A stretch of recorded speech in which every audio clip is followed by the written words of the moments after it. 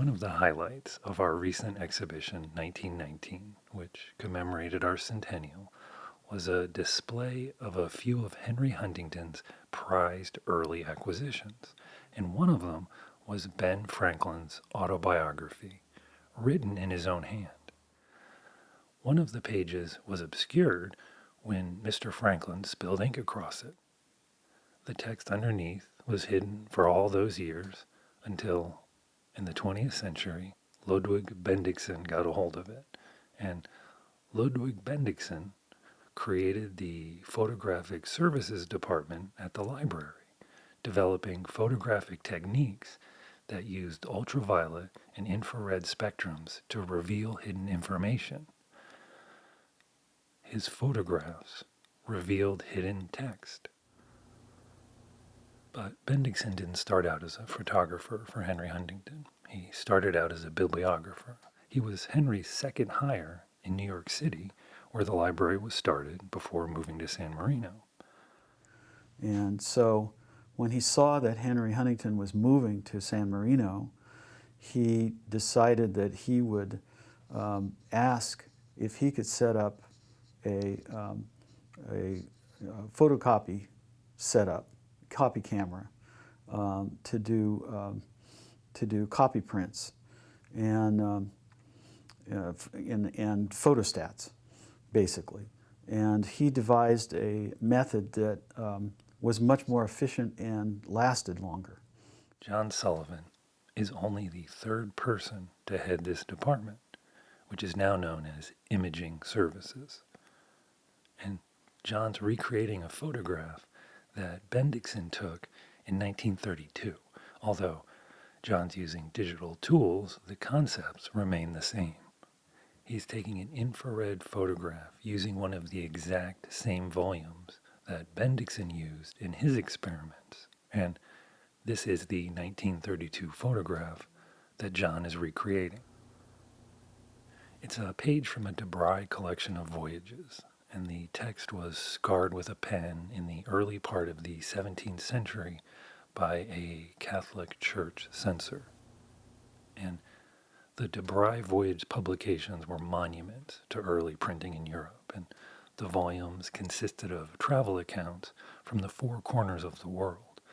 So they were constant targets of the church censors for their tendency to publish verbatim the views of different cultures and religions. The fact that Lodewyk picked his volume off the shelf had nothing to do with the censored text. The volume circulated widely and the contents were well known. No, Lodewyk picked this volume because it would make a great photograph. What he did was he had friends on Mount Wilson who were doing astrophotography. And he knew that they had glass plates that were sensitive to infrared and ultraviolet. And so he borrowed from them some materials to experiment with. And then he also did some research to find out what the special filters are that filter out the visible light, so that the only image he was getting was under infrared or ultraviolet light. That's a lot of factors to take into consideration, and especially when you're using a view camera, which is a very clunky piece of equipment. He had no light meters whatsoever he could use, and he had really primitive light sources, very, very hot lights or mercury vapor lights, which were at that time not terribly safe to use. It's a start of forensic, and this is a huge field in photography, which is of course functional photography, which is not how we think about photography. It's neither art or it's neither part of illustration. It's an analytical technology, and that is used and was then subsequently used in different ways. He could figure out how to make the photographs, but he couldn't figure out why the infrared photographs worked that way. Not understanding why it worked didn't stop Bendikson from exhibiting his discoveries around the world. His photographs were picked up by the press, and he received international recognition. every photographer wants to be a scientist. It's a thing. And especially around the turn of the century, the photographer was called a professor. And they all had a kind of pseudo-scientific way of talking about doing things. But he wasn't really a scientist. So he didn't understand entirely about how pigments worked, and he didn't understand entirely about how pigments absorb light or reflect light, but except through doing some experimentation. So he didn't have the background to be able to explain the results that he was seeing. I think that he was surprised at how far his experiments could go. And I don't think that this was intentional in the beginning. And also the very good response to it made it possible for him to continue in this field and to also have the institutional support for it. Because still he was the director of the photo department. The director of the photo department, what they usually do is the reproductions which are needed for publications or for public relations. That's their principal task.